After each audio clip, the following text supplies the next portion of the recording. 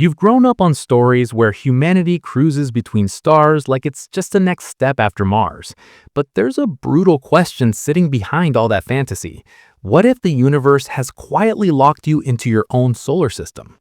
This video is about that lock. We're going to walk through the hard limits written into space, time, and your own body, and ask whether Starship is really a future technology or just a beautiful lie you were raised on. By the end, you'll see interstellar travel very differently, and you'll know exactly what it would take to prove the universe wrong. But before we continue, please subscribe to the channel to give your support. Let's continue. How far is far when you talk about space? Really, in numbers, not in movie phrases.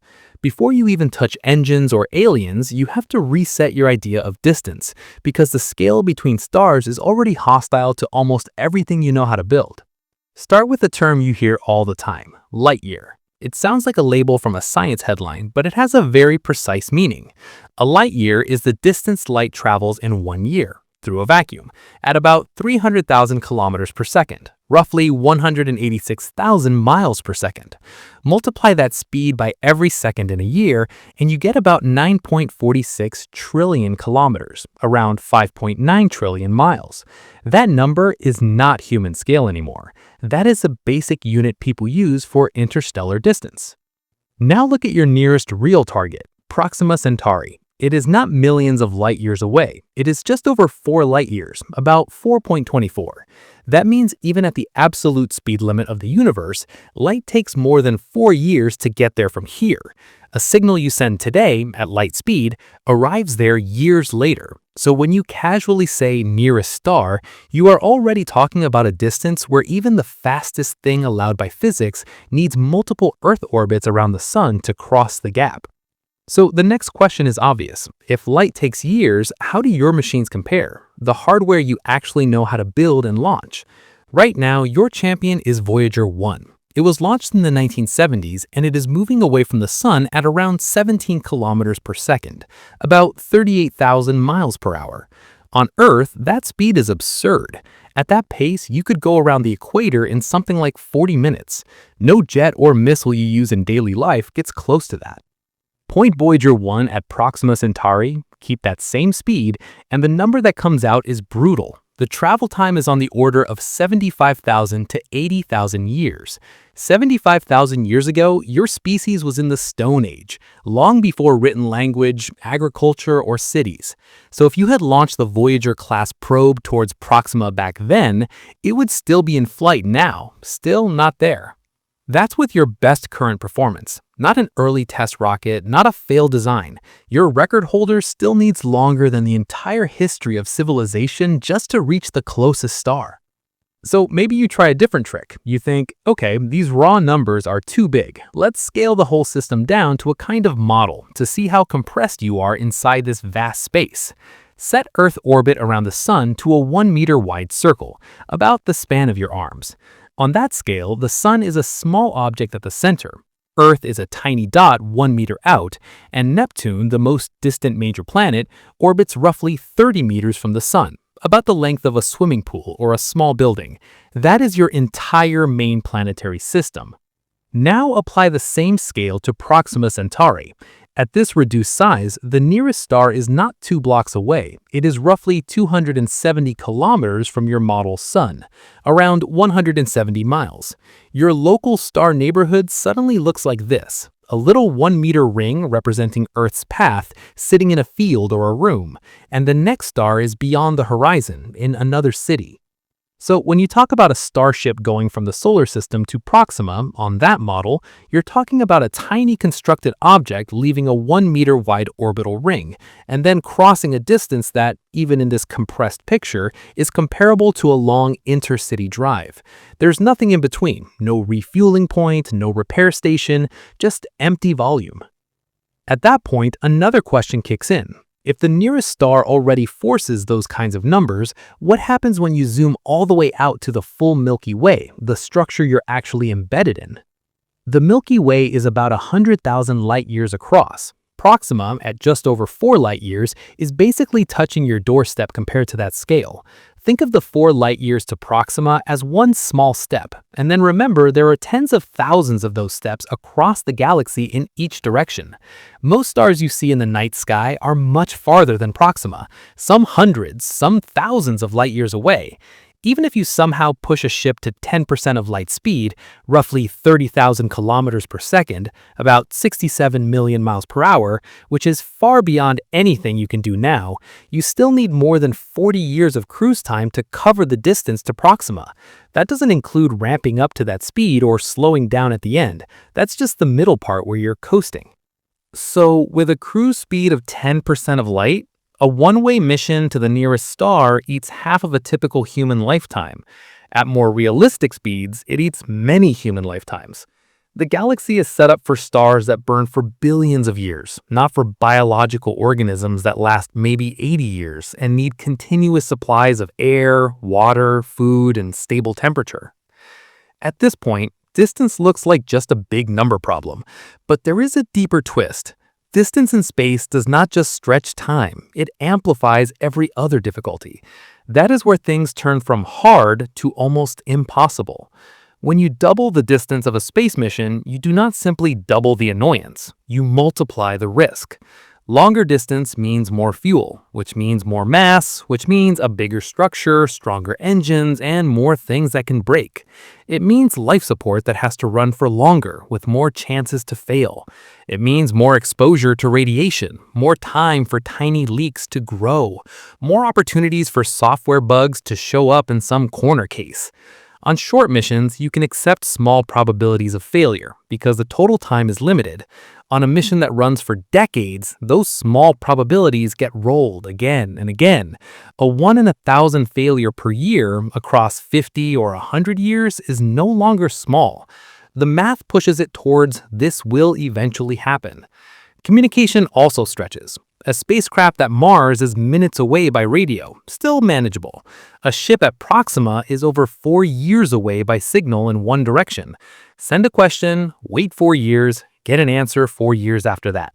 There is no real-time control, no live troubleshooting. Distance strips away the safety net.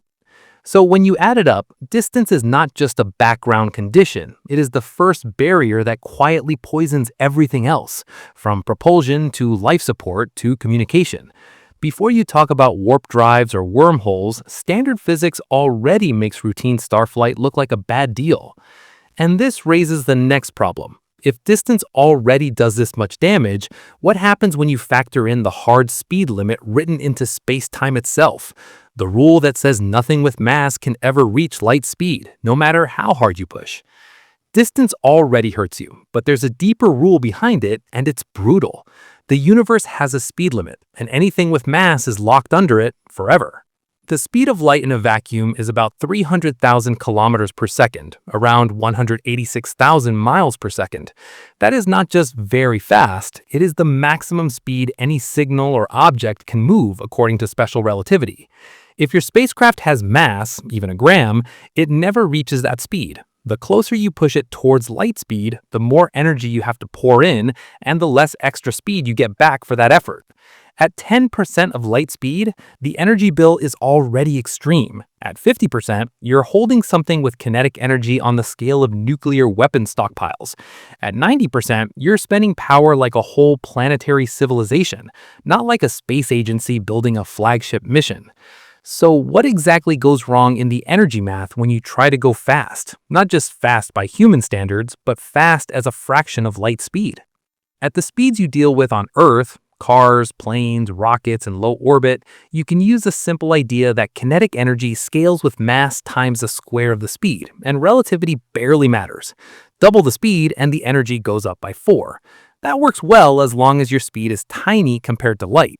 Once you start targeting 10% of light speed and above, relativity stops being a small correction. It becomes the main story. Relativity brings in a factor. You can think of it as a multiplier on your energy that stays near 1 at low speed, then starts to climb as your speed becomes a significant chunk of light, and then shoots upwards as you push closer and closer. That multiplier is modest at 10% of light, larger at 50%, and enormous at 90%. It never lets you cross the line to full light speed. It just forces the required energy towards infinity the closer you get. Take a starship with a mass of 1,000 tons, which is 1 million kilograms, a very modest number for any serious interstellar habitat. Push it to 10% of light speed, about 30,000 kilometers per second, around 67 million miles per hour, and you're looking at roughly 400 quintillion joules of kinetic energy. That is a 4 followed by 20 zeros. That amount of energy is in the same ballpark as the total energy your entire civilization uses over many months. And that's just a raw kinetic energy, assuming a perfect engine with no waste, which you do not have. At that point, you're not really building a ship in the old sense. You're building a machine that needs a dedicated civilization-scale power infrastructure just to get moving. The ship is an energy habit that your whole species has to feed. But that still sounds like a one-time purchase, right? You pay the cost to speed up, then you just cruise and relax. Why is that not enough? Why does this still get worse? Because speeding up is only half the journey. Unless you're happy to blast through your destination system and vanish into deep space, you have to slow down again. Any energy you put into the ship to accelerate it has to be matched by energy that takes that motion back out. You either carry propellant to brake, or you have to rely on something like a magnetic sail that interacts with the local environment. But in any case, the energy cost of slowing down is on the same order as the cost of accelerating. So that 400 quintillion joules to reach 10% of light speed becomes something closer to a trillion joules when you include braking. And that is still a low estimate if your engines aren't perfectly efficient. Real systems waste energy as heat, radiation, and other losses. If your engine is only, say, 10% efficient at turning stored energy into ship motion, then your total energy investment multiplies by 10. Now, one mission to the nearest star wants years' worth of global power use, maybe more, all tied up in a single moving object. At this point, you might try to dodge the whole problem with a clever trick. Instead of pushing a ship through space near light speed, why not bend space itself so the ship rides a shortcut? This is where concepts like warp drives and wormholes come in. On paper, some solutions in general relativity allow space-time to be distorted in ways that move a bubble of space faster than light relative to the outside universe, while the ship inside never locally breaks the speed limit. The famous example is the Alcubierre drive, which compresses space in front of the ship and expands it behind. The catch is in the details. Every workable model so far requires exotic matter or energy with negative energy density, the kind of stuff that does the opposite of normal mass. It would bend space-time in the reverse direction. You have never observed such matter in any experiment, and you don't see it in astrophysical systems either, at least not in the amounts needed. Quantum effects can produce tiny negative energy densities over microscopic distances, but scaling that up to macroscopic starship-sized bubbles is a different game. Even optimistic estimates for a warp bubble big enough for a human-sized craft demand energy comparable to converting whole planets, or worse, into pure energy. Bigger, safer bubbles with less insane tidal forces inside push that cost even higher. So even if the math of general relativity does not flatly forbid the idea, the energy requirement alone, before you even touch engineering stability or safety, makes it look like a dead end. Physics might not say no outright, but economics and practicality do. So fine, accept that. No warp, no shortcuts, you stay under the limit and you crawl along. Maybe you think you can compensate with perfect mission control, with constant remote supervision and help from Earth. If you can't move faster, maybe at least you can think faster across the gap. Why does that fail too? The same light speed limit that blocks your ship blocks your signals. Information cannot move faster than light either. That means radio, laser, any form of communication you know is locked to the same maximum. If your crew is near Proxima Centauri, their distance is a bit over 4 light years. A message you send today takes a little over 4 years to reach them. Their reply takes a little over 4 years to get back. That gives you something like an 8.5-year round-trip delay for a simple question and answer. You cannot run that mission with joystick-style control from Earth. You cannot troubleshoot in real time. If something breaks on board, the crew either fixes it with what they know and what they have, or it stays broken. By the time an answer to a distress call comes back, the situation is likely already resolved, one way or another. So the combination is harsh. You cannot send ships near light speed with absurd energy. You cannot cheat with warp drives with exotic matter you have never seen, and you can't even communicate faster than light to manage the risk from a distance. Every interstellar mission becomes more like launching a small, isolated civilization than like steering a vehicle. And even if you still want to push through all of that, maybe you think, fine, I'll throw more fuel at it, I'll build a bigger engine, I'll stack rockets until the numbers work. That is the point where another piece of physics steps in, a simple-looking relation that sits behind every rocket you've ever built. And that relation turns your just add more fuel plan into a trap. Here's the part nobody likes to think about, the simple rule that quietly ruins almost every big rocket you can dream up. There's a relation called the rocket equation, and it says your total change in speed depends on two things: how fast your exhaust comes out the back and how much of your starting mass is fuel versus actual ship. In words, your maximum speed change equals your exhaust speed multiplied by the natural logarithm of your starting mass divided by your final mass once the fuel is gone. That sounds technical, but the punchline is simple. If you want a huge change in speed, you either need exhaust that is unbelievably fast, or you need a starting mass that is insanely bigger than your final empty ship. That logarithm function grows slowly, so each extra chunk of speed costs you more and more in fuel. At interstellar speeds, the numbers stop looking like engineering and start looking like a joke. So what happens when you plug in the rockets you actually know how to build, the chemical ones that put satellites and astronauts into orbit today? A good chemical rocket throws exhaust out the back at maybe 3 to 4.5 kilometers per second, roughly 7 to 10,000 miles per hour. That's fine when your goal is low Earth orbit or even a trip to Mars. But say you aim for just 1% of light speed, about 3,000 kilometers per second, roughly 1.8 million miles per hour. Your target speed change is now hundreds of times larger than your exhaust speed. The rocket equation then tells you your starting mass has to be an exponential function of that ratio. In plain language, you need a starting mass divided by final mass that is not 10 times, not 100 times, but a number with hundreds of digits. Your rocket would be almost pure propellant, with a tiny little capsule buried somewhere inside. The idea of a skyscraper-sized fuel tank trying to push something car-sized to 1% of light speed is not a serious mission profile. It's a sign that chemical propulsion is finished the moment you say interstellar.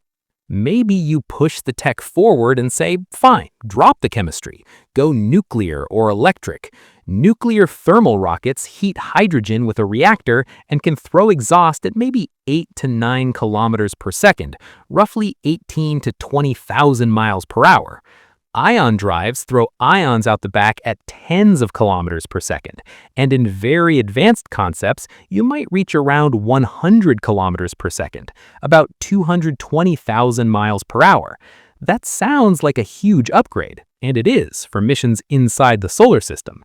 You can get much more total speed change from the same mass of propellant, so probes can spiral out to distant planets on very efficient low-thrust trajectories.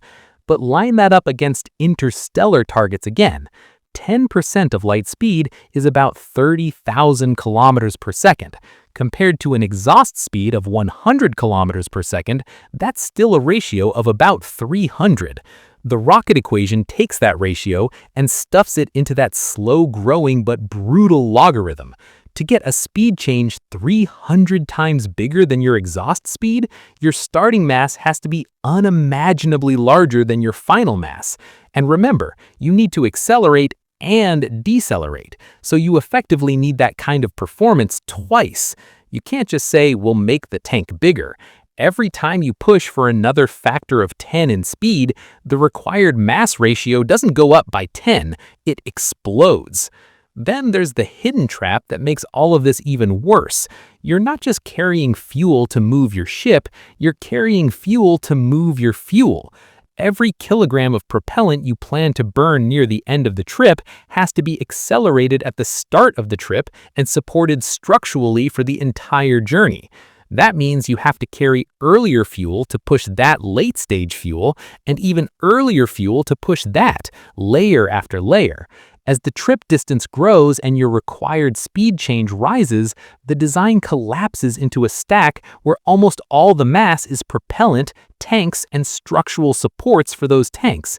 The actual payload, the part you care about, the people, the habitats, the life support systems, the instruments, gets squeezed down to a tiny fraction of the total.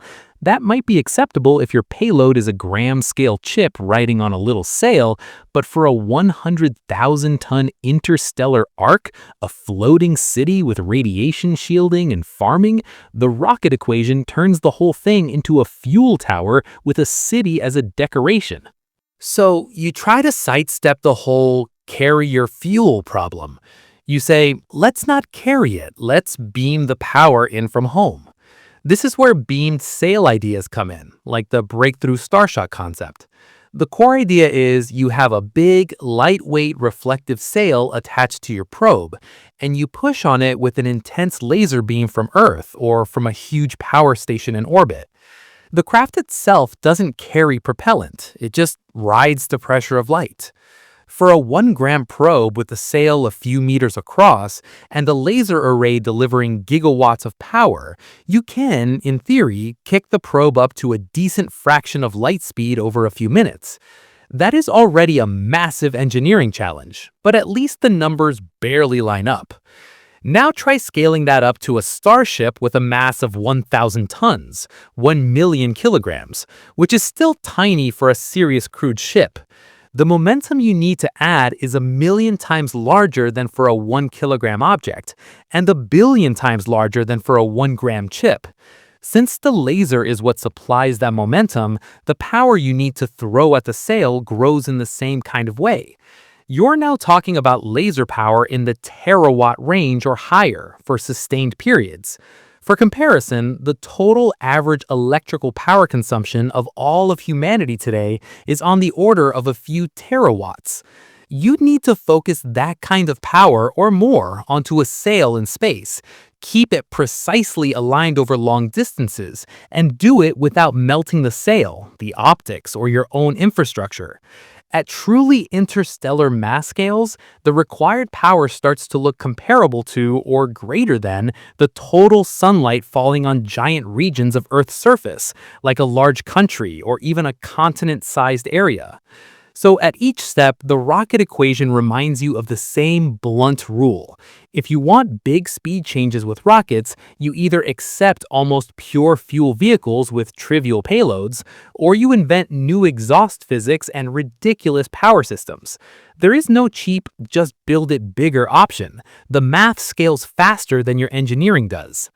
And this still isn't the end of the bad news, because all of this fuel, all of this exhaust, all of these power levels, they also show up as energy, stored, generated, and dumped as heat.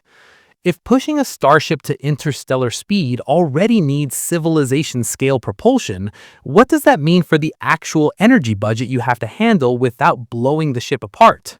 How much energy are you really talking about when you say, let's send a serious starship to 10% of light speed? Not the movie version, the actual physics version.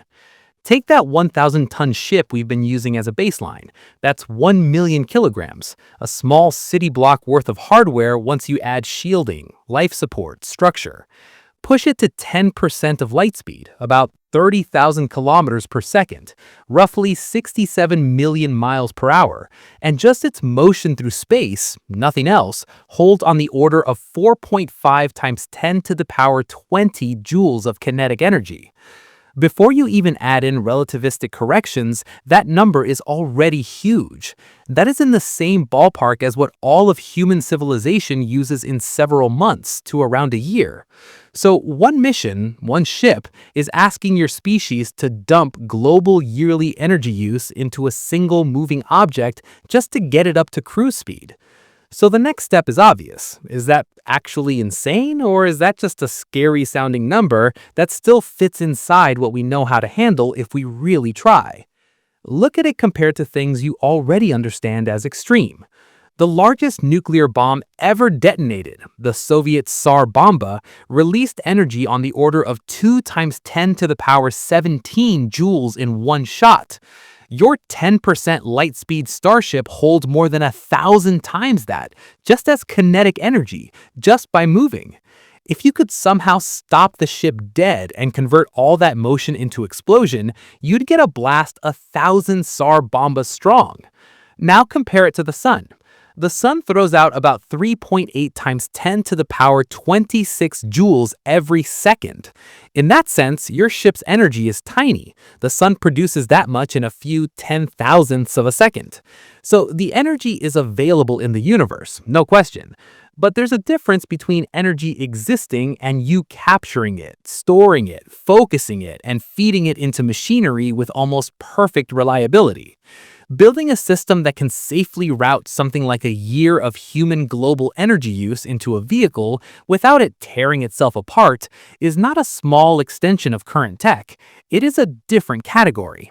And here's where the trap deepens. Even in that example, you quietly assumed a perfect engine.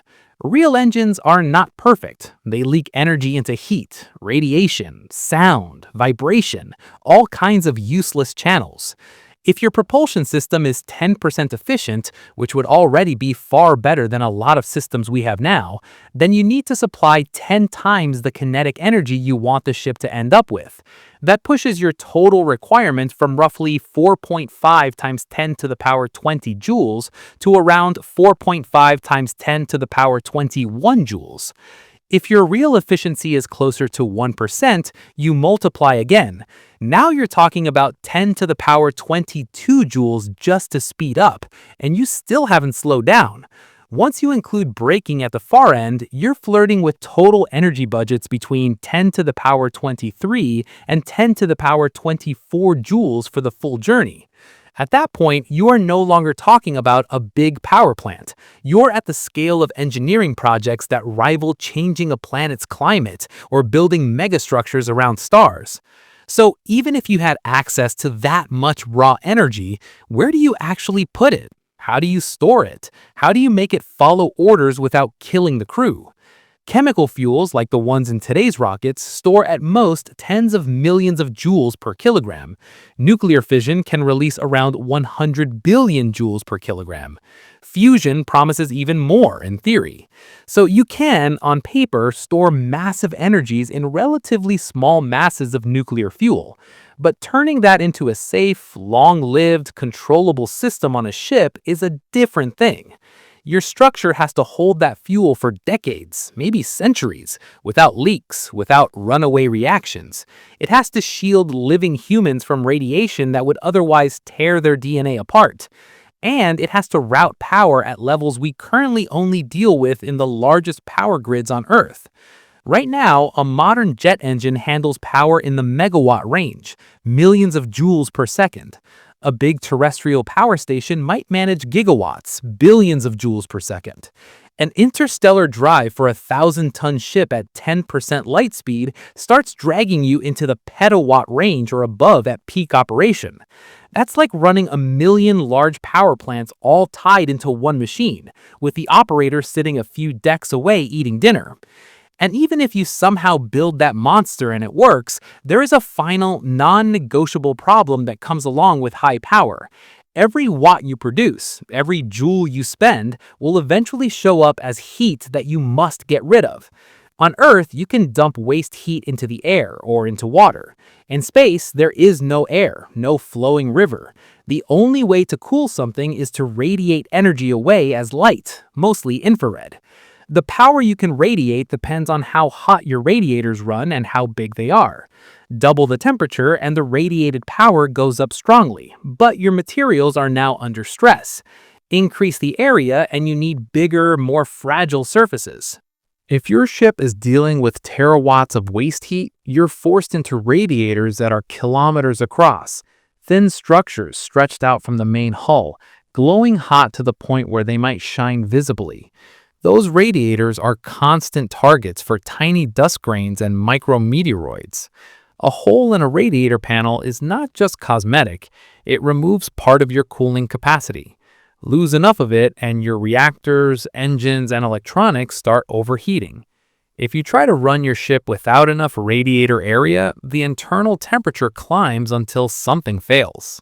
So the universe doesn't just see your starship as a fast object, it sees it as a bright thermal source, screaming its existence in infrared and constantly fighting to dump the energy it is forced to handle. The more you push the energy scale, the more your design is dominated by power generation, power handling, and heat rejection, not by living space or comfort. Distance multiplied your problems, the speed limit multiplied your energy costs, and now the raw energy itself multiplies your engineering burden. And all of this is before the universe starts throwing physical bullets at you in the form of dust and gas at a tenth of light speed. You've probably heard that space is mostly empty, so how does something that thin become one of the main things that kills your starship at 10% of light speed? Between stars, the average density of gas is around 1 atom in each cubic centimeter of space. That sounds like nothing, and at normal spacecraft speeds, it basically is. But at about 0.1 times light speed, around 30,000 kilometers per second, roughly 19 million miles per hour, even those stray atoms slam into your hull with serious energy. On top of that gas, there are dust grains, tiny bits of rock and ice, and the occasional larger fragment. A dust grain a few millimeters across, which is basically invisible on human scales, becomes a concentrated impact at these speeds. You are moving so fast that the thin gas and dust behave less like nothing and more like a constant stream of micro-impacts over years of travel. So if a thin gas can already chew at your ship, what happens when you meet actual solid particles, the micrometeoroids that already worry engineers in our own solar system? Right now in Earth orbit, micrometeoroids hitting spacecraft at tens of kilometers per second can punch holes, crack windows, and wreck instruments. Those speeds are already high enough that a tiny grain has more punch than its size suggests, because kinetic energy scales with the square of velocity. 10 times faster means 100 times the energy for the same mass. Now go from tens of kilometers per second up to 30,000 kilometers per second. Multiply the speed, multiply the energy. At 0.1 times light speed, a grain of dust carries kinetic energy in the same ballpark as a small explosive shell. You're not talking about scratches on paint. You're talking about instant craters, hull breaches, and fragments spraying through internal compartments. A single unlucky hit in the wrong place can kill the ship. Protecting against that is not a matter of adding a few extra centimeters of aluminum, because aluminum at those energies behaves like more shrapnel.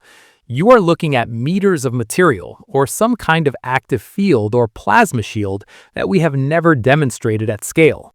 So you say, fine, stack thick shielding on the front, build a gigantic bumper, now you're safe, right? Take a 10-meter thick block of water, or ice, around 33 feet, spread across the cross-section of a serious starship. Water is good because it slows both particles and radiation, but 10 meters thick, covering an area large enough for a big ship, weighs an enormous amount. That mass sits right in front, and the rocket equation comes back to hit you again. More mass means more fuel to accelerate it, which means more tankage, which means more structure to hold the tanks, which adds even more mass. Behold design snowballs.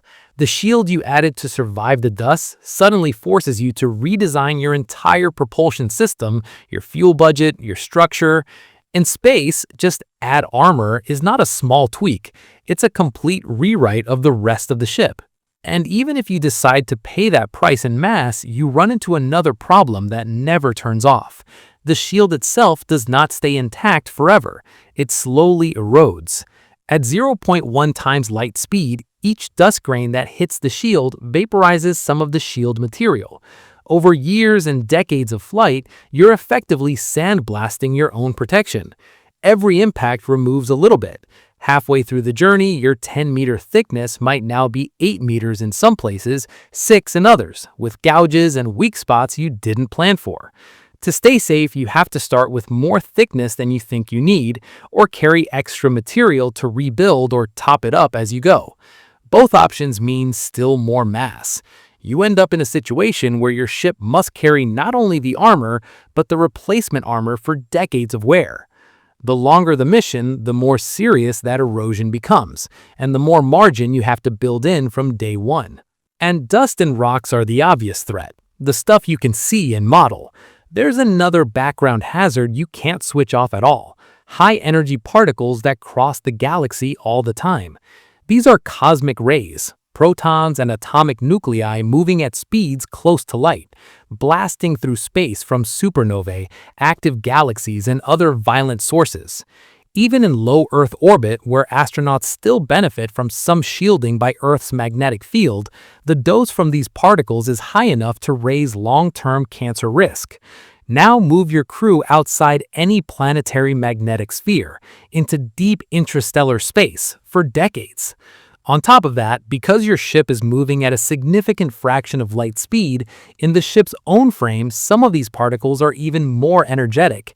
It's like running into the rain at high speed. Every drop hits harder and more often. To protect humans from that, you need thick shielding, not just a thin sheet. We are talking about meters of water or plastic or rock equivalent, or burying the crew module deep inside the ship so there's a huge mass of material between them and the outside. That again adds to the overall mass. You can't get away with a thin metal shell and some clever electronics. For electronics alone, you can harden and accept some failures. For human bodies, which are soft, repair slowly, and vulnerable to DNA damage, you are forced into bunker-style designs. So at 0.1 times light speed, the empty space between stars is no longer friendly vacuum. It's a hostile environment, with thin gas eroding your hull, dust and micrometeoroids acting like constant gunfire, and cosmic rays hitting your crew nonstop. Every protective layer you add to keep the ship alive feeds back into the propulsion problem. Because your mass grows, your fuel needs grow, and your energy requirements grow. You've now got a situation where space itself is grinding on your ship for the entire journey, and the only reasonable way to cope is to add more material and more complexity, which pushes you closer to the limits of what you can even launch and move. And all of that is before you factor in the most fragile part of the whole system. Not the hull, not the reactor, but the human body that has to survive inside this environment for decades. You can brute force metal and fuel through space, but can you actually keep a human body and a human mind alive long enough to make it to another star? Start with a simple, ugly number. The average human lifespan is around 70 to 80 years in rich countries. That clock is already running before you even leave Earth. On top of that, your body is tuned for 1 g of gravity, not 0 g, not low g, and not years of artificial spin that might not be perfect. In microgravity, bones lose density, muscles shrink, fluids redistribute, eyesight can degrade, immune systems change. On the International Space Station, people stay for 6 to 12 months, and even over that short time, they need strict exercise routines just to slow the damage. Doctors monitor them constantly, they get resupply flights, and they come home to hospitals if anything is wrong. Now, compare that to what interstellar travel wants from you. Even at 10% of light speed, a single leg to the nearest star is easily 40 years when you include acceleration, cruise, and braking. More realistic speeds push that closer to 100 years or more per leg. So you're not really sending a crew in the way you think of a space mission now. You're sending an entire population that has to age, raise children, and die on the way, with a full medical system on board. The mission becomes less like a long expedition and more like a mobile, sealed-off society that has to function for longer than one human lifetime. So suppose you accept that. You say, fine, it's a generational ship. People will be born and die in transit. That only works if you can keep their entire self-contained world stable for centuries. Can you actually run an ecosystem in a can without cheating for that long? A generational ship needs a closed loop. Air has to be recycled, water has to be cleaned, nutrients have to move from waste back into food, over and over, without drifting out of balance. We've tried very small versions of this on Earth. Biosphere 2 in Arizona put people in a sealed habitat for about 2 years with plants, soil, and controlled systems under normal gravity with support nearby. Even there, the oxygen level dropped in unexpected ways, microbes took over certain cycles, and the system nearly crashed.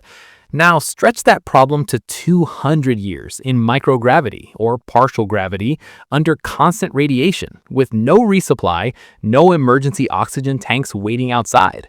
Every small imbalance, like a slow leak of nitrogen into a storage tank or a microbe that eats a key nutrient, has decades to grow into a mission-ending failure. You are fighting entropy every day in every pipe and tank and growth chamber. If your ecological loop drifts too far, you don't get to open a window or truck in fresh soil. You just lose your only habitable world. And that is before you add one more invisible damage source that never stops, radiation slowly ticking away at bodies and hardware. Outside Earth's magnetic shield, astronauts are exposed to cosmic rays and solar particles. Unshielded, doses can reach hundreds of millisieverts per year. A few sieverts over a lifetime and cancer risk rises sharply. On an interstellar ship, you are sitting in that radiation field for decades.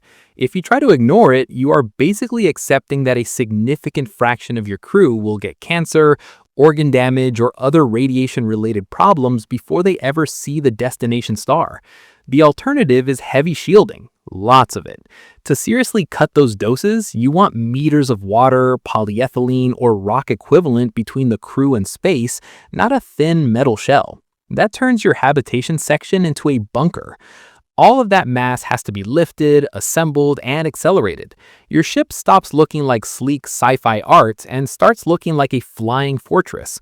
And all of that we talked about in terms of mass, fuel, and energy just got worse.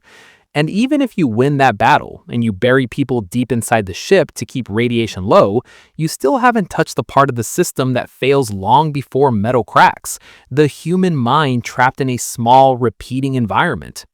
We already have data on what happens to people in isolated and confined settings. Antarctic bases in winter, submarines on long patrols, simulated Mars missions like high seas all show the same pattern. Over months, not decades, you get increased conflict, depression, boredom, cognitive decline, and strange group dynamics. People argue more, they withdraw, they lose motivation. And all of that is happening with the knowledge that Earth is still relatively close, that you can be evacuated in a real emergency, that the mission is temporary. On an interstellar ship, there is no quick exit, no helicopter coming, no planet on the other side of the horizon. Everyone knows that if something really goes wrong, the nearest help is light years away, and any message you send takes years to get a reply. Social structures will evolve on board, new norms will appear, and they might not match what mission planners wanted. You're not just doing engineering here, you are doing deep social design, and you have no way to test a full-scale version for 100 years before you commit real lives to it.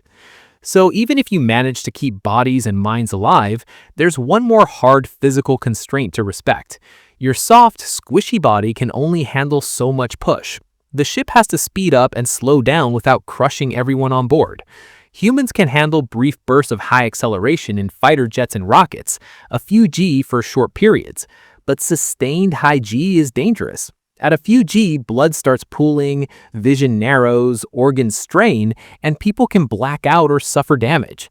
For comfort and safety for long durations, you want something close to 1 G or less, around 9.8 meters per second squared, about 32 feet per second squared.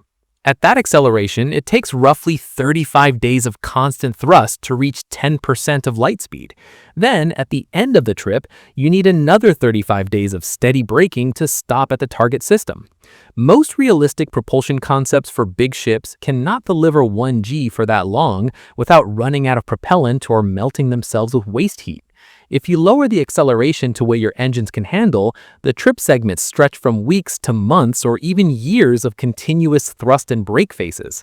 Push the acceleration higher to shorten the trip, and you start to push your crew toward levels their hearts, blood vessels, and brains cannot tolerate for long. The limits of bone and muscle suddenly tie directly into your engine design. So now put it all together. Your species has a limited lifespan. Your body decays in low gravity. Your ecosystem is barely stable even on Earth. Radiation is attacking you from all directions. Your mind hates long-term isolation under stress, and your tolerance for acceleration is low. Every workaround, from better shielding to artificial gravity to careful thrust profiles, costs more mass, more energy, and more complexity. If the humans themselves are this fragile and this expensive to keep alive, what does that say about the machines and recycling systems you need around them, the light support that has to work close to perfectly for decades without a break? You can shield metal from dust and radiation, but can you build a machine that never gets to stop, never gets to reset, and still keeps everyone breathing for a century? For an interstellar trip, you need something close to Earth in a box. Air, water, food, waste handling, all running almost perfectly for decades. On the ISS right now, astronauts recycle a lot of their water and they scrub carbon dioxide from the air. But they still rely on regular cargo ships from Earth for food, spare parts, and some gases. That's fine for a 6-month rotation in low Earth orbit. On a starship, there is no resupply. Every breath of oxygen has to come from onboard systems. Every molecule of water you drink has to go round and round the loop. Every bit of carbon dioxide you exhale has to be captured and turned back into something useful. A failure in an air processor or a water reclamation unit or a bioreactor is not, "we'll send the repair mission." It's, "everyone on this ship has a countdown timer now." If that's the bar, how reliable does the hardware have to be, and how long does it have to last? Consumer devices are considered reliable if they run for a few years. Industrial plants might be designed for a few decades, with maintenance windows, upgrades, and teams of engineers rotating in and out. Your interstellar life support has to run for 50 to 200 years, continuously, with no full shutdowns. You can't power everything off, swap out all the filters, and reboot like a data center. You only have the people and tools you brought with you. That means your average time between failures for critical components can't just be good. It has to be absurdly high. Every pump that moves water, every fan that circulates air, every sensor that detects CO2 or ammonia has to last far longer than anything we normally certify. And when something finally does fail, as it always does, the crew has to be able to diagnose it, fabricate a replacement part or a workaround, and bring the system back without crashing the rest of the loop. Once you start forcing that kind of reliability, you quickly run into the next problem. You don't get reliability for free. You pay for it with redundancy and complexity. To avoid single points of failure, you design multiple independent lines for your key systems, 2 or 3 separate air recycling units, backup water processors, parallel power buses, extra tanks, extra filters, extra storage. Each backup is more mass, more volume, more pipes, more cables, more control software. Complex systems don't just fail in simple on-off ways. They fail in complicated, coupled ways. A glitch in one controller might confuse a backup. A partial blockage in one pipe might overload another. Radiation in deep space slowly damages electronics, flipping bits, degrading sensors. Micro impacts and vibration can loosen connectors and crack solder joints over decades. You are no longer managing a ship in the simple sense. You're running a small industrial city in vacuum with no outside technical support and no spare warehouses to raid. Even if you can keep the air and water moving, People still have to eat, and you can't just stack up 100 years of freeze-dried meals in a warehouse and call it done. Food for hundreds of people for decades is far too massive to launch all at once. You're forced into onboard agriculture. That means plants, possibly algae, maybe insects or fish growing in controlled environments.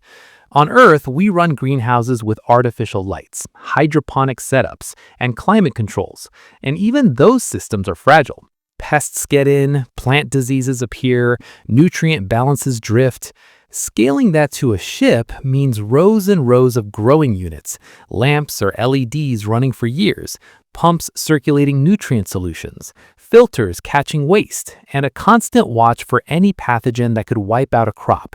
If your main staple plant fails, you don't have a second planet to import food from. One bad season could literally mean famine in the dark.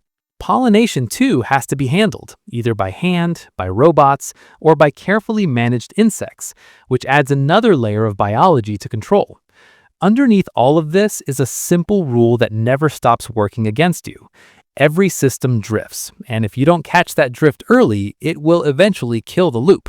Filters clog slowly, valves get a little sticky, tiny leaks and seals let trace amounts of gas escape or cross-contaminate. Microbes evolve in tanks and biofilters, adapting to whatever environment you build, sometimes in ways that break your careful recycling chemistry. Structural materials fatigue, plastics become brittle, metals corrode, even in the controlled conditions of a ship. On Earth, when a plant starts underperforming or a system shows odd readings, you shut it down, haul in outside experts, and swap large subassemblies. In interstellar space, you are sealed inside the only life support system you have. Small deviations compound over decades. If carbon dioxide removal is off by just 1% per year, that might not show up clearly in a week. Over 10 or 20 years, that tiny error can push concentrations up to levels that affect cognition, then health. And by the time people feel consistently sick, you might not have the spare parts, the replacement chemicals, or the deep understanding to reset the system back to its original state. So when you talk about interstellar life support, you're not talking about a single gadget or a few machines running in the corner. You're talking about a tightly coupled set of physical and biological cycles that all have to behave together, under radiation, under micro impacts, under wear and tear, for longer than any current infrastructure project on Earth. Any serious failure is not a bad day at work, it's a mass casualty event with no outside help. You can maybe accept those odds for an uncrewed probe. For a handful of people on a short planetary mission, you can stack enough backup systems to feel safe. But for a flying habitat that has to work as a closed world for generations, you're pushing the concept of reliable machine beyond anything humans have ever built. And remember, even if you solve that, there is still one more hit waiting from physics, because all of this has to operate under a communication delay so large that your control rooms on Earth basically stop mattering. How do you run a mission you can't actually talk to in real time? Not even in an emergency, not even when people's lives depend on it. Right now, mission control works because space is still close. The round-trip radio delay to the moon is about 2.5 seconds, which is annoying but manageable. To Mars, depending on alignment, it's a few minutes one way, so tens of minutes round-trip at worst. You can still send up new procedures, upload software patches, walk a crew step by step through a fault on a rover or a life support system. Engineers on the ground can stare at telemetry, argue, test simulations, and then push a fix while the crew mostly follows instructions.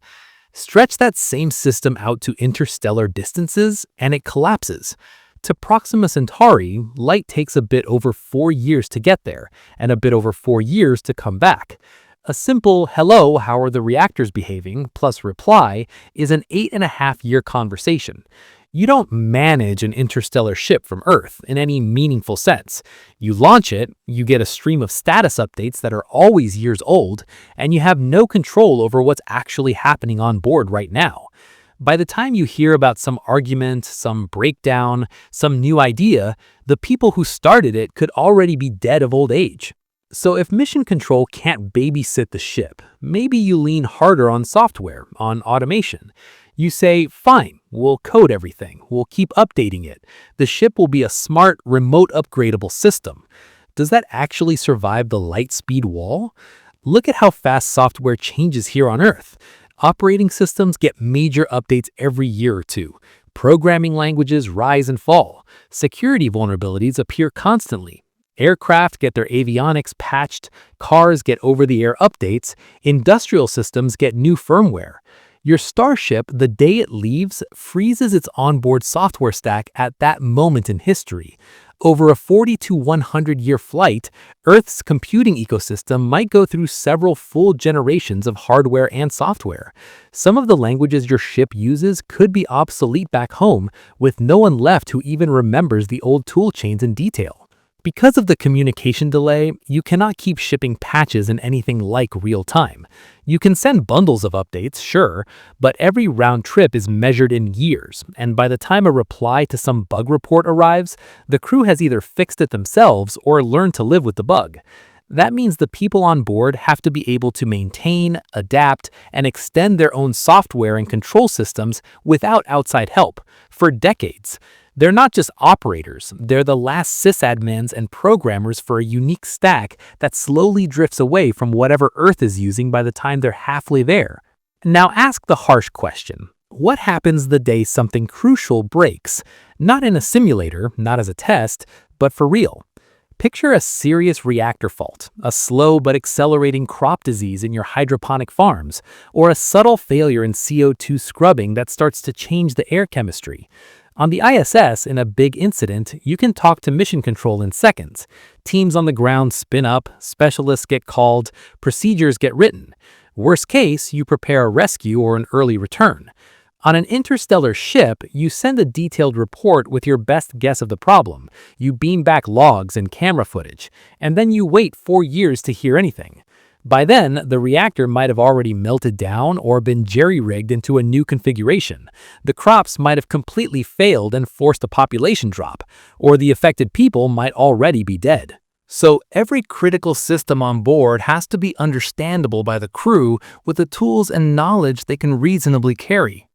No black boxes that only some manufacturer on Earth knows how to service. No assuming that some ultra specialist can join a meeting tomorrow. The ship's population has to be able to take apart their own reactors, their own life support hardware, their own software, and rebuild or improvise under pressure. If they can't, there's no backup plan coming from Earth fast enough to matter. And there's one more layer this delay forces on you, not technical but social. What does it actually mean to build a society that knows, deep down, that Earth is effectively gone as far as their daily lives are concerned? At launch, the mission might have clear goals: colonize a specific planet, send back data, extend humanity. But culture doesn't stay frozen. A child born midway through the journey has never seen Earth, never walked under a real sky, never felt wind that wasn't coming from a fan. Home is stories and old videos. Their real loyalty is to the ship, to the people around them, to the environment they actually live in. Over decades, values shift. The original mission charter becomes a historical document, not a binding force. What happens when the onboard culture decides that the original plan no longer makes sense for them? Maybe they conclude that the target planet looks worse than projected from new data. Maybe they decide that staying in space is safer than landing. Maybe they don't want to risk their children on a hazardous descent to an unknown world. You can send strongly worded messages from Earth, but they take years to arrive, and the reply takes years more. You cannot argue in real time. You cannot negotiate with whoever's leading the ship by that point. The mission has become, in practice, a separate society, making decisions based on its own reality, not yours. So the speed of light does more than slow your messages. It cuts the umbilical cord. Every interstellar mission is, by physics, an exile. Once the ship is a few light years out, control rooms on Earth are spectators, not managers. Your diagrams, your protocols, all turn into faint background noise in a community that has to survive on its own. You can still say, we'll send them anyway, they'll be pioneers. But at this point, you're no longer talking about sending a crew to operate a vehicle. You're talking about seeding a new, almost independent branch of your civilization, with all the risk and unpredictability that implies. And even if you accept that, even if you're fine with letting go of control, you still have to face a more basic, brute fact. You first have to get that entire flying city out of Earth's gravity well, and every kilogram you want to push between the stars has to be dragged up out of a deep gravitational pit that already fights you on every launch. You haven't even left the solar system, and physics is already charging you a brutal entry fee just to get your hardware off the ground and into space in the first place. Earth's gravity well is deep. To truly escape, you need an initial speed of about 11.2 kilometers per second, around 25,000 miles per hour. Reaching low Earth orbit is slightly less than that, but still in the same range. Turning 1 kilogram of stuff that's sitting still on the surface into 1 kilogram of stuff orbiting overhead takes on the order of 30 to 40 million joules of energy. And that's before you count all the losses from engine inefficiency, atmosphere drag, and non-ideal trajectories. That's why launching a single kilogram to orbit still costs thousands of dollars. Fuel is cheap, but the entire system, rocket, pad, logistics, is expensive and energy hungry. Now scale that up to an interstellar mission. You're not tossing up a small satellite or even a crew capsule. You're talking about millions of kilograms, maybe tens of millions when you add life support, agricultural space, radiation shielding, structural mass, and any propellant or reactor fuel if you're not using a pure beamed propulsion scheme. Every kilogram has to climb out of the same gravity pit. Interstellar travel doesn't start at turn on your star drive. It starts at pay the launch price over and over on a scale we've never approached. So you might think, fine, we've done big rockets before, we'll just build something huge and lift larger chunks. How bad can that be if we've already flown monsters like Saturn V?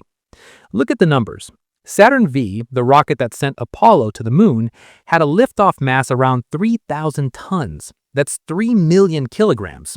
Out of that, only about 45 tons, 45,000 kilograms, ended up on a trajectory towards the moon. That's a payload fraction of roughly 1.5%. The rest was structure, fuel, and stages that got dropped along the way. Now think about your interstellar ship. Earlier, we used a 1,000-ton ship as a bare minimum example, but a realistic crewed interstellar arc with serious shielding and full ecosystems could easily be tens of thousands of tons or more. Say you want 20,000 tons in orbit as a starting point. If you use Saturn V-style performance, you'd need hundreds of full Saturn V-class launches just to lift that mass, and that still only gets you to Earth orbit, not filled tanks for interstellar departure. Realistically, when you include fuel you want to load in orbit, spare parts, construction materials, and mistakes, you're staring at launch campaigns with thousands of heavy-lift rockets, flying for years, all coordinated, all built and tested. That's not one mission, that's an entire era of industry focused on one goal. So this is where people try to shift the problem instead of scaling it. They say, okay, stop launching everything from the bottom of the well, build the big stuff in orbit, or better yet, on the moon, where gravity is weaker and escape velocity is only about 2.4 kilometers per second, roughly 5,300 miles per hour. That sounds like a shortcut, but is it? If you want to build an orbit and not just assemble a few modules, but actually manufacture large structures, tanks, beams, and hulls, you need materials and factories up there. That means mining asteroids or the moon. On the moon, you'd have to dig regolith, process it to extract metals, oxygen, and other useful elements, and then run it through foundries and machine shops that work in vacuum and low gravity. You'd need power infrastructure, probably nuclear or vast solar arrays. You'd need habitats for workers or advanced robots that can operate autonomously for long periods. On Earth, every step of that kind of chain took decades to build up. Mines, smelters, refineries, factories, transport networks, all of it. Repeating that but in space or on the moon is not a side quest you add on to your Starship project. It is a civilization-level investment on its own. A multi-decade, maybe multi-century buildup before you're ready to start manufacturing your first true interstellar hull up there. You dodge some of the gravity cost, but you pay an enormous upfront price in infrastructure. And even if you succeed, even if you build an industrial ecosystem off-world and assemble your ship without lifting every kilogram through the full 11.2 kilometers per second barrier, gravity's still waiting for you on the other end of the trip. If your goal is to send a probe that never lands or a tiny payload that just flies by a star and beams back data, then you can accept a one-way, no-landing mission. But when people talk about interstellar travel in the human sense, they usually mean landing, colonizing, or at least having the option to move back and forth. That means your target planet, if it's at all Earth-like, will have its own gravity well. Maybe it's a bit shallower, maybe a bit deeper, but it's still a pit you have to climb. You will have burned massive amounts of fuel and energy just to get away from Earth, spent decades coasting between stars, fought dust impacts and radiation, kept a fragile crew alive inside a closed ecosystem. Then you arrive at the new system and face the same basic physics problem again, this time with no backstop. If you want a round trip or regular traffic, cargo, and people going back and forth, you need the same kind of launch capability there that you had here. That means building another industrial base, another stack of launchers, another whole set of factories and power plants on a brand new world that starts as nothing more than rock and air. Gravity wells don't give you a discount because you already paid on the first planet. So gravity takes your grand idea of a starship and adds two price tags that never go away, one at the start, one at the destination. The deeper the wells, the more energy and hardware you have to throw at climbing in and out. When you stack that on top of everything else, distance, energy, shielding, life support, communication lag, the pattern becomes clear. The universe isn't just big, it's layered with costs, and every layer multiplies the others. And lurking underneath all of that is one more unforgiving rule. Every joule of energy you spend to escape gravity, every watt you generate to power your life support and engines, eventually becomes heat that has to go somewhere. In deep space, where there's no air or water to carry it away, even your waste heat becomes a threat. You worry a lot about how to generate power for a starship, but the harder problem is actually how to get rid of that power again, how not to cook your own ship. On Earth, heating something up is usually the challenge. Cooling is easy. You blow air over it, you run water through pipes, you bolt on a fan and a heatsink. All of that uses the atmosphere or the ocean as a giant heat dump. In space, you lose that option completely. There's no air, no wind, no water flow. The only way a hot object can cool down is by glowing, by radiating energy away as light, mostly infrared. The rate at which it can radiate depends on two things: how hot the surface is and how big the emitting area is. And there's a nasty scaling in there. The power goes up very fast with temperature, but your material starts to fail if you push them too hot.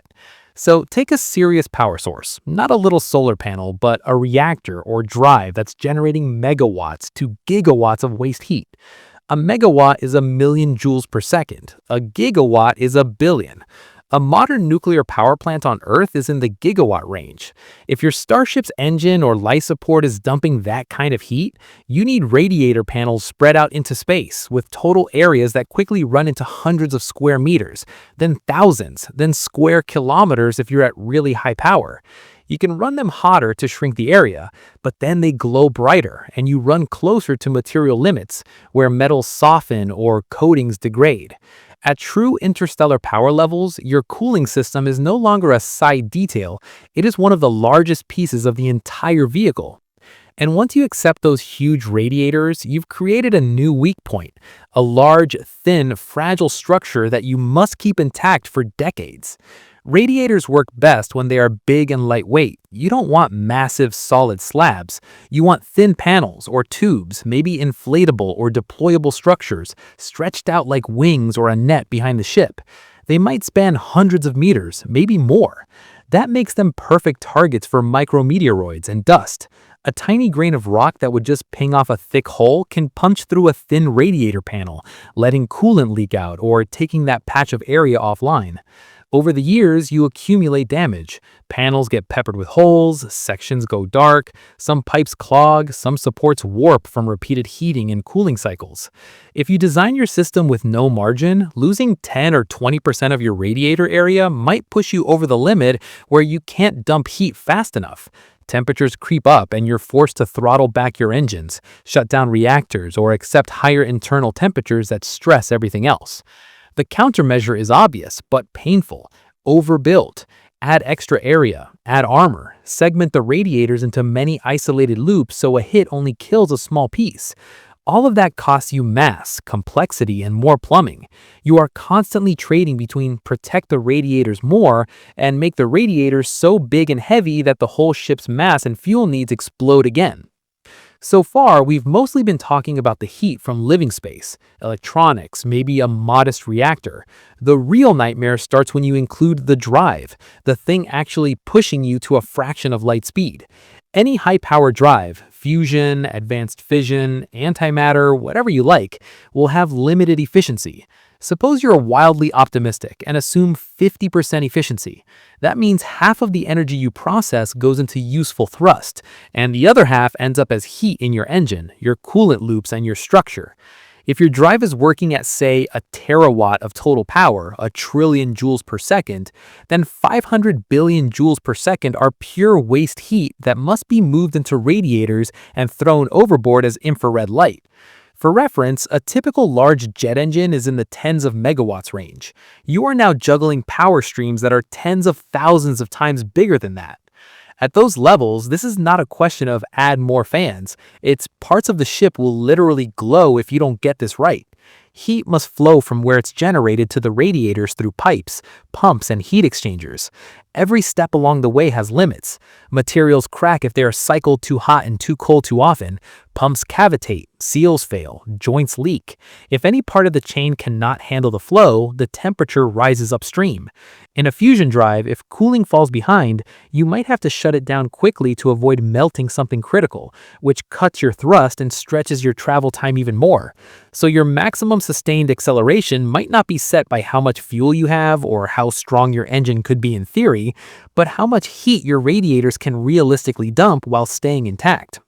And just when you think you've beaten the environment with clever engineering, you run into slower, quieter killers, the basic strength and fatigue limits of the materials you're relying on to hold all of this together for 100 years or more. How long can you really trust metal and composites to hold together when you're asking them to survive decades of stress, heat, and radiation with no chance to retire? Right now, you build planes, rockets, and bridges out of materials like aluminum, titanium, steel, and advanced composites. They can take high loads, big temperature swings, and thousands of use cycles. But they are designed with finite lifetimes in mind. An airliner might fly for a few decades and then get retired. A bridge might be rated for 50 or 100 years, but it isn't sitting in a constant radiation bath. And you can close lanes, inspect it, and replace sections. On an interstellar ship, the structure is on duty every second for 50 to 200 years in deep space. Over those timescales, tiny flaws start to matter. Microcracks in metal grow slowly with each stress cycle. Seals made from rubber or polymer dry out, harden, and lose flexibility. Radiation from cosmic rays and solar particles knocks atoms around in crystal lattices, slowly changing how metals and ceramics behave. You get embrittlement, where materials that started out tough become more likely to crack. You get creep, where constant loads make structures deform over years. You get fatigue, where repeated small stresses eventually cause failure, even if each single stress is well below the safe limit. On Earth, you can regularly inspect and replace parts that show early signs of this damage. On a starship, you can't take the main spine out of service for an overhaul. The load-bearing structure, the pressure hull, the primary trusses, all have to keep working while you're living inside them. So your safety factors need to be much higher. Your materials need to be more resistant, and your inspection systems need to be far more thorough. You're not just designing for strength, you're designing for strength that survives time and radiation combined. And even if a beam can hold a static load, what happens when the forces are not steady, when your own engine constantly shakes the ship? If your propulsion system is pulsed, as many fusion concepts are, or if you spend years cycling between thrust and coasting phases, the whole structure experiences repeated vibrations. Some are small, some are resonant, some hit awkward frequencies. Over days, you barely notice. Over decades, those vibrations are bending and relaxing the same joints again and again. The simple example everyone knows is a paperclip. Bend it back and forth enough times and it breaks, even though each bend is gentle. Now swap the paperclip for a beam 1,000 meters long, holding up habitats, shields, radiators, and engines, and ask it to survive generation after generation. Engineers can design around fatigue. They already do it in jet turbines and rockets. They model vibration modes, add damping, and avoid resonant frequencies. But all of that depends on knowing exactly how the structure behaves, and it assumes you can swap out critical parts before they age too much. On an interstellar ship, you don't get to wheel the whole drive section into a hangar for major surgery. If a key structural member that runs through the core of the ship develops fatigue cracks after 70 years, finding them and replacing them without killing the ship might be impossible. You have to build in huge margins, and that means more mass again. Then you layer on top the shielding you need for radiation and dust, and the structure has to handle that weight too. How do those two demands fight each other? To keep people alive behind a wall of cosmic rays and hypervelocity dust grains, you need thick shields. We're talking meters of water, plastic, or rock equivalent for a serious reduction in dose and impact risk, especially in the forward direction. Every extra centimeter of shielding adds mass. That mass has to be held up by something, so you add more support beams, thicker hull segments, bigger trusses. Suddenly, your ship starts to look less like a clean, minimal structure and more like an armored bunker stretched out over hundreds of meters. Thick shields also change how forces flow through the ship. A heavy nose shield up front puts huge loads on whatever connects it to the rest of the structure. If you spin the ship to create artificial gravity, those heavy sections pull outward harder. If you thrust, the drive has to push not just the bare hull, but all that shielding mass as well. The connections between shield and structure become critical failure points. If they buckle or crack, you don't just lose a bit of armor. You might lose a whole HAB module or expose living areas directly to space. So structural engineers are forced to balance two opposite needs: make the shields thick and close to the crew to keep them safe, and make the structure simple and light so it doesn't tear itself apart. That balance is hard to hit even on Earth builds. In a starship, the consequences of getting it wrong are terminal. So you say, fine, we'll overbuild and bring tools. We'll repair things as we go. We'll just make the ship self-maintaining. How far can you really push onboard repair though? You can definitely load the ship with 3D printers, machine tools, welding rigs, and a stockpile of metals, polymers, and electronics. The crew can fabricate brackets, pipes, simple gears, panels, and even some replacement circuit boards. That will help a lot for small-scale repairs. But look at how you actually make the most advanced components on Earth. High-performance turbine blades for jet engines need precise alloys, special heat treatments, and machining under tightly controlled conditions. Radiation-hardened electronics need elaborate fabrication facilities, clean rooms, multi-step photolithography, and equipment the size of buildings. You cannot cram the entire global supply chain and industrial base into one ship. There are limits. Some components require vacuum chambers the size of warehouses, or magnetic fields so strong the equipment has to be heavily shielded. Some processes are incredibly sensitive to contamination or vibration. On an interstellar ship, you have limited volume, limited power, and limited crew to run all these systems. You have to choose what manufacturing capabilities you carry. That means there will always be some parts you cannot reproduce perfectly on board. When those wear out, you either redesign around what you can build, accept degraded performance, or live with rising failure risk. Over time, your starship inevitably diverges from its original design. As parts break and get replaced with what's available, as structures get patched instead of fully swapped, the ship turns into a patchwork of original components, temporary fixes that became permanent, and subsystems built with different standards. Every change introduces new stresses, new weak points, and new interactions you didn't simulate back on Earth. The longer the mission, the further you drift from the carefully modeled starting point. So by now, you're stacking problem on problem. Materials weaken in radiation, and over time, vibrations slowly chew through safety margins, heavy shielding drives up structural loads, and your ability to fix these issues is limited by what industrial tools you can realistically haul with you. Even if physics lets you design a ship that works on paper, keeping that ship actually working in practice for a century with humans on board might be beyond what a normal civilization can support. And that brings up a blunt final question. Even if you had the technology, the materials, the reactors, the shields, and the will, who is really going to pay for all of this? And what do they get in return? Even if you somehow beat the distance, the speed limit, the radiation, the life support, there's a quieter question sitting underneath all of it. Why would your civilization actually pay for this?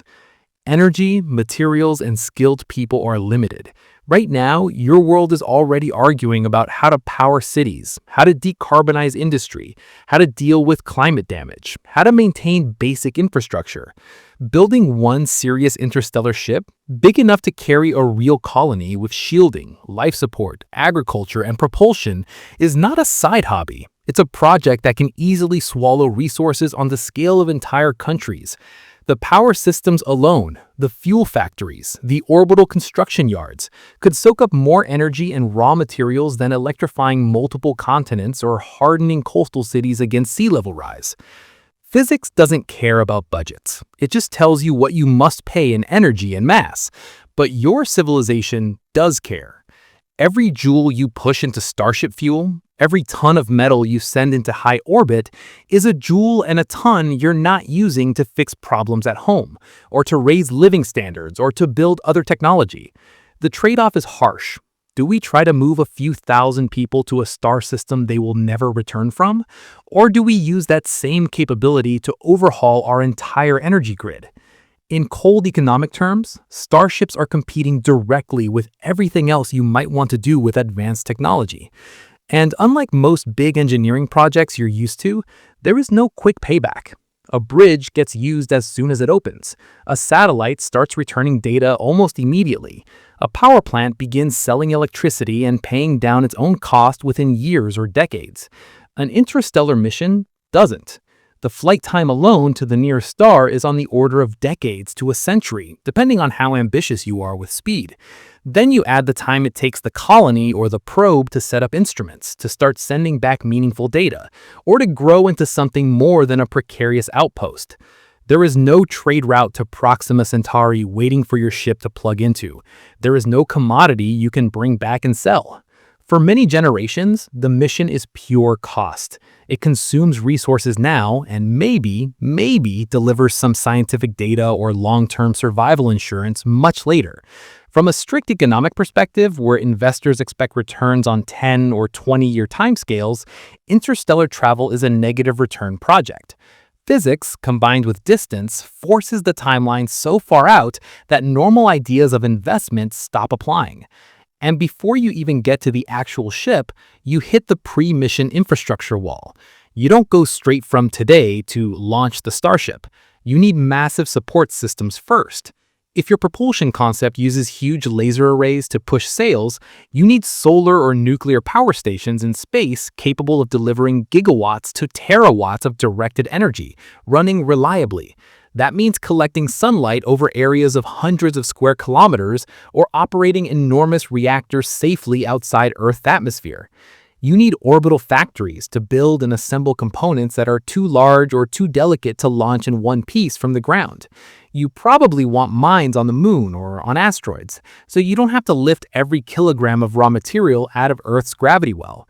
Each of those steps is its own mega project. Setting up lunar mining is a multi-decade process. Building kilometer-scale solar power satellites is another multi-decade process. Establishing a network of orbital shipyards is another. At any point along that chain, funding can dry up. Priorities can change. The path to your first Starship is not one big dramatic moment where the rocket ignites. It's a long sequence of increasingly expensive commitments, any one of which could be the point where your civilization decides, this is enough, we stop here. Then there's the risk factor, which is not just technical but psychological. Imagine a mission that consumes, say, 10% of global economic output over 50 years. That's a huge assumption, but you get the idea. A project that bends the entire global economy around itself, like a decades-long war effort. You build the infrastructure, you assemble the ship, you send it off, and halfway to the target system, something goes wrong. A crop disease takes out the food supply before they can fix it. A gradual design flaw in the reactor shows up under real conditions and can't be patched. A collision with an unexpected dust cloud damages the forward shields beyond repair.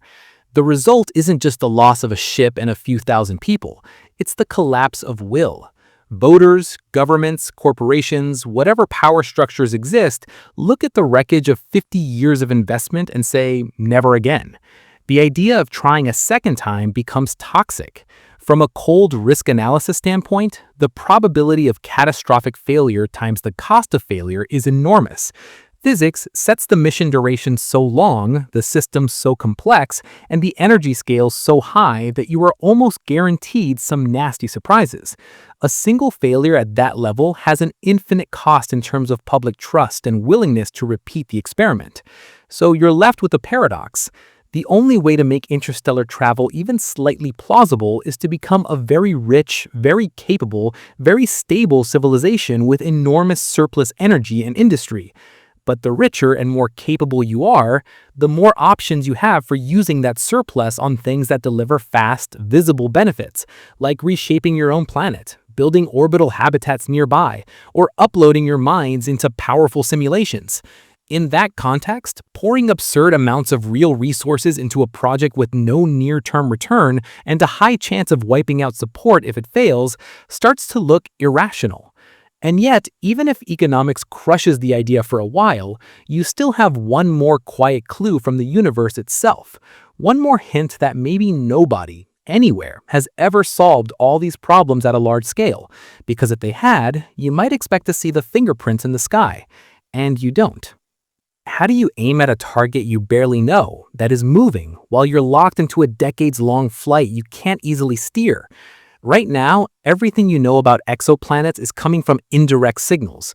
You see tiny dips in a star's brightness when a planet passes in front of it. That tells you the planet's size. You measure the star's wobble. That tells you roughly how heavy the planet is. Sometimes you catch a bit of the starlight filtering through the planet's atmosphere and you get a crude hint about gases up there. That's it. That's like trying to describe an entire continent just from how much your car's headlights dim when something crosses the beam. You don't know if there's a dense asteroid belt in the inner system. You don't know where the small moons are. You don't know about gas and dust clumps. You don't know if there's a faint second star in a wide orbit that's hard to detect from here.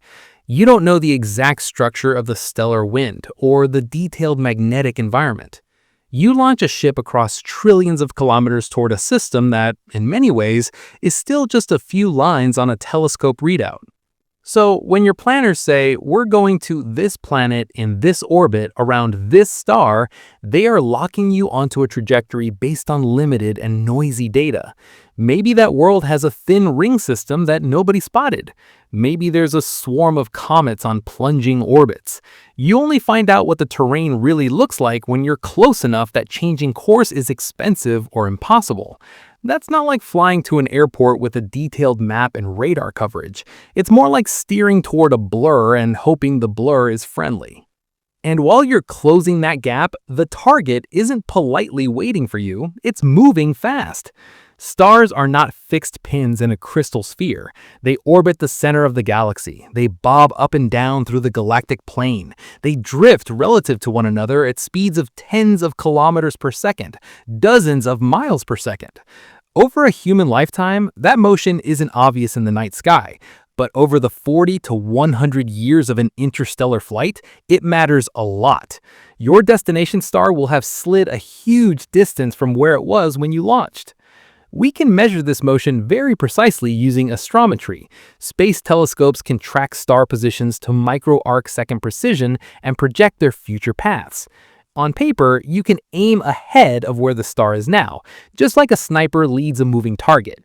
but every measurement has some error. A tiny angle error at launch, a fraction of a millidegree, becomes millions or billions of kilometers of missed distance after tens of years of flight. A small misestimate of the star's velocity adds up, year after year, until your beautifully planned course no longer intersects exactly where you thought the star would be. To fix that, you need course corrections, and course corrections need two things that are both painful: extra speed change available and sensors good enough to tell you where you actually are.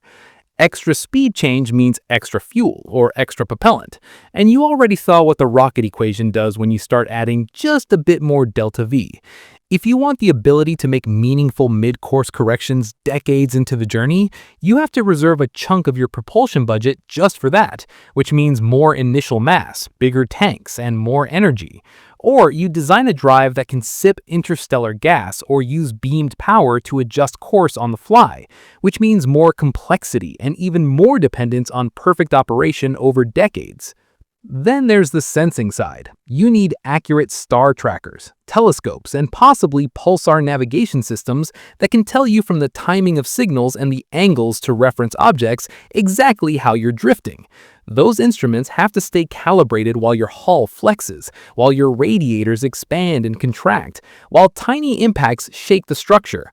Radiation slowly damages detectors, electronics age, optics get micro pits from dust hits. As the quality of your sensors drifts down, your navigation solutions get fuzzier. Try to correct your course based on fuzzy data, and you can easily overcorrect or undercorrect, building new errors into your path. Physics gives you no slack there. Early small mistakes, combined with limited correction capability, turn into large misses later, and there is no external navigation network waiting to pull you back onto the right rails. That's the next big point. Between stars, there is no GPS, no ground radar, no control towers, just your instruments and distant natural beacons. Inside the Earth-Moon system, you can triangulate off known satellites, you can talk to ground stations, you can track your orbit with precise radar. In interstellar space, it's just you, the stars, maybe pulsars, maybe distant quasars. Pulsars, those rapidly spinning neutron stars, can act like very stable cosmic clocks. If you know the pattern of their pulses and their positions, you can, in principle, use them to figure out where you are, a bit like a deep space GPS made of dead stars. But all of that depends on sensors that still work well enough to pick out faint signals against the noise of your own systems. After 50 years of micro-impacts, thermal cycling, and radiation, your telescope optics might be slightly warped, your detector dark current might be higher, your electronics might have drifted. Calibration data you uploaded at launch is out of date. The star catalog you started with may have been superseded on Earth by better measurements, but you don't have those improvements unless somebody thought to beam them to you decades earlier. And even then, you still have to trust that your hardware matches the assumptions in the new data. Every little navigation error you don't catch early becomes baked in. You adjust your trajectory based on your best guess. That guess is a bit wrong. You burn fuel in the wrong direction by a small amount. Now you're off even more with less fuel left to fix it. You try again with degraded sensors and tired hardware. Over a long enough journey, the chance that your path slowly drifts away from the tiny arrival window you needed starts to climb. So navigation is not just doing some neat calculations at launch and letting the ship coast. It is a continuous fight against incomplete information, moving targets, aging instruments, and limited correction capacity. That fight sits on top of all the other problems: distance, energy, shielding, life support, heat, gravity wells, economics. When you stack it all together, you see the pattern. The farther out you go, the less you know, the more your errors grow, and the less control you have over the outcome. The physics doesn't just stretch space, it stretches uncertainty. And once you see that, it's hard not to look up at a galaxy full of stars and ask a different kind of question. Maybe the reason you don't see anyone out there is that nobody ever really found a way to make this kind of travel routine. You've seen how hard it is just to plan one starship. Now zoom out and ask a brutal question. If anyone in the galaxy had ever made interstellar travel easy, shouldn't you already see the aftermath? The Milky Way holds hundreds of billions of stars and probably trillions of planets. If even a tiny fraction of those worlds produced a technological civilization, and if those civilizations could travel between stars with anything like regularity, you'd expect at least one of them to go big. Not just sending probes, but building structures that are obvious on a galactic scale. Things like swarms of solar collectors around stars, artificial rings, re-engineered stellar systems. Those kinds of constructions would change how stars look in infrared and visible light. When you scan the sky with modern telescopes, what you actually see is normal stars, normal galaxies. A few oddities, sure, but nothing that screams someone has wrapped this star in machinery. That quiet is a data point. Not proof that you're alone, but a strong hint that if extraterrestrial civilizations exist, they either don't reach the point of galaxy-wide engineering, don't stay at that point for long, or they do something so different from your expectations that it doesn't stand out. Given everything you've just walked through, distance, energy, radiation, biology, heat, materials, economics, one simple explanation is that interstellar expansion with big, obvious hardware is much harder than science fiction made it look. People have built simple models of how a civilization could spread.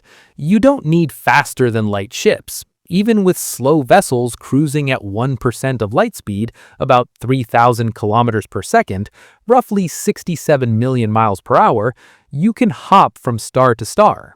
Each colony, in turn, could send out its own ships after it gets established. If you repeat that over and over, the colonization front moves across the galaxy in tens or hundreds of millions of years. That sounds long, but the Milky Way is over 10 billion years old. So, in principle, if it's easy to build reliable starships and resilient colonies, the galaxy could have been filled many times over by now. But your telescopes don't show a galaxy that looks obviously edited. No big regions where stars are dimmed by giant energy collectors. No clear patterns of artificial structures crossing interstellar space. If colonization waves are happening, they are either very quiet and very rare, or they operate in a way that leaves almost no visible trace. The mismatch between our simple spread model says the galaxy should look modified and the galaxy looks mostly natural forces you toward two uncomfortable possibilities. One, you're extremely early and almost alone. Two, the practical barriers to launching and sustaining wave after wave of starflight are so tough that almost nobody manages to do it at scale. This is where the idea of a great filter shows up. Somewhere between life starts and civilization fills the galaxy, there's a bottleneck that most species never get through. People often point to things like self-destruction, war, uncontrolled AI, or pandemics, but maybe the filter isn't a single dramatic event. Maybe it's just the combined weight of the physics you've been stacking up. Think about what interstellar colonization really asks. You need the energy to push large payloads between stars. You need materials that hold together for centuries under radiation and stress. You need biology robust enough to live in closed loops and brutal environments. You need social systems stable enough to handle isolation and drift without collapsing.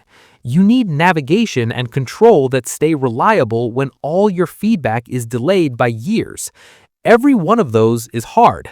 Together, they might scale in difficulty faster than any civilization's ability to solve them.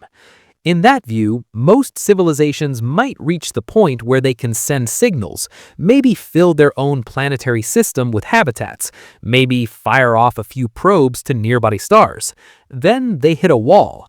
The cost of turning "we can send one heroic mission" into "we can routinely move large populations and heavy industry across light years" is so steep that very few ever make it. They stay local, or they wipe themselves out trying, or they shift their ambitions to easier targets, like virtual worlds or megastructures around their home star, instead of actual long-distance colonization. And look at where you are right now. Your most realistic, concrete interstellar projects today are not giant arcs, they're tiny probes. Concepts like laser-pushed sails aim to send gram-sized payloads, basically chips and thin films, to a nearby star at a fraction of light speed.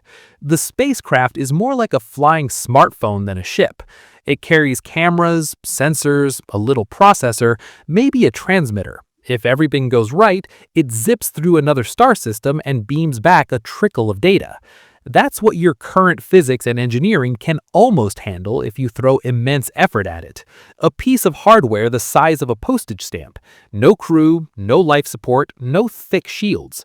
Everything bigger? Human-carrying arcs, rotating habitats, giant fusion drives, still lives in design papers, simulations, and science fiction. You have zero experience flying any of that for even 1% of the time an interstellar mission would need. So the pattern is stark. On paper, nothing in known physics absolutely forbids building big starships. In practice, every real attempt, from our single-digit kilometer per second probes to our early life support experiments, tells you that the gap between possible in principle and doable in reality is enormous. That sets up the final twist. If physics doesn't literally forbid all interstellar travel, but drives the cost so high that starflight is tiny, rare, and mostly robotic, what does that say about your own chances of ever walking on a world around another star, in a normal human body within a normal human lifespan? So here's the strange part after all of this. Interstellar travel is not technically banned by the laws of physics. The universe never says you cannot move anything between stars. It just sets the price so high that almost nothing you care about can afford the ticket. If you only care about moving matter, not comfort, not biology, not a walking, talking human, then the rules are a lot looser. You can, in principle, build robotic probes that accelerate to 10% of light speed, about 30,000 kilometers per second, roughly 67 million miles per hour. You can design them to be small, maybe kilograms or even grams, so the energy and shielding demands shrink. You can harden their electronics against radiation. You can let them sleep most of the way. You can wake them up to take pictures and send back data when they arrive. You could, in some distant future, send frozen cells, frozen embryos, or solid-state AI that can be rebooted and rebuilt on arrival. From a pure physics standpoint, that's allowed. Nothing in relativity or thermodynamics says no probe shall cross a light-year gap. The paths exist. It's just that every notch you turn up, every extra kilogram of payload you want, every 9 you add to the reliability you want multiplies the cost. The universe's answer is not a hard no, it's yes, but here's the bill. And the bill is measured in civilization-scale energy, industrial capacity, and risk. When you add up everything you've walked through, the distance, the speed limit, the rocket equation, the energy budgets, the radiation, the dust, the life support, the heat rejection, the materials, the economics, you end up with a clear pattern. Physics doesn't forbid starflight, it forbids casual starflight. You don't get the sci-fi version, where sleek ships refuel like airliners, where you buy a ticket to Alpha Centauri the way you book a long-haul flight, where cargo ships run regular routes between systems. The constraints force starflight into two extreme categories. On one end, you have tiny automated missions, probes and sails and chips, cheap enough that you can lose some and try again, small enough that energy and shielding stay barely manageable. On the other end, you have monumental, rare projects, one-off or few-off megaships that eat a big chunk of a civilization's resources and attention. There is no comfortable middle where you just spin up a mid-sized starliner fleet and send millions of tourists out every year. And in that spectrum, humans, as you know them now, are just about the worst payload you could choose to throw into the mix. From a physics and engineering point of view, biological humans are slow, heavy, and demanding. A chip doesn't care if you give it gravity, as long as it stays within its temperature and voltage limits. A human body needs an acceleration profile that keeps it near 1G most of the time, or it starts losing bone and muscle. Electronics can tolerate wide temperature swings and survive power cycles. Humans need a narrow thermal range, breathable air, controlled humidity, and steady access to water and food every day for decades. Hardware can be made hard rad, and if bits flip, you can reboot or swap modules. Human brains are built out of wet, delicate cells that do not respond well to constant high-energy particle hits. Machines can sit idle in the dark for a year and restart. Humans have to sleep, wake, eat, age, all under stress.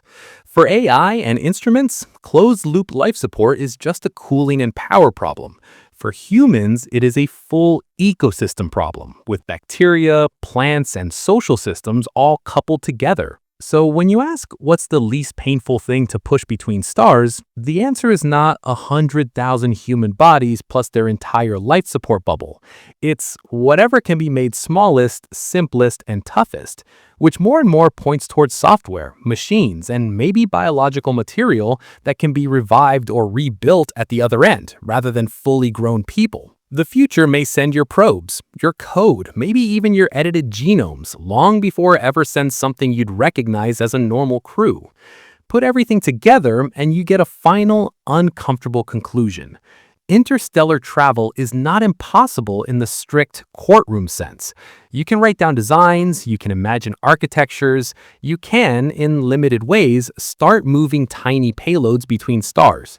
But when you stack the scales correctly, kilometers, joules, years, failure probabilities, you get something that behaves almost like an effective band for ordinary human life. The universe, as described by your best physics, is saying something like this. You can look across the galaxy, you can map the stars, you can beam radio waves and tiny messengers into the dark. If you grow powerful enough, you might send small, rare arcs at huge cost, and maybe they'll make it. But you don't get highways between stars. You don't get the routine, comfortable, reversible travel your stories promised.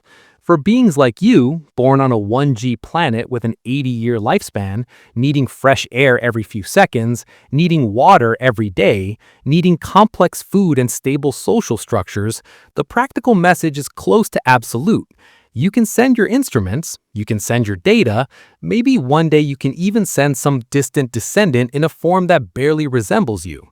But you, the biological human listening to this right now, probably never get to roam the galaxy in person. This video is for educational or entertainment purposes only, and information provided in the video may be incorrect. If you enjoyed the video, consider subscribing to the channel and like the video.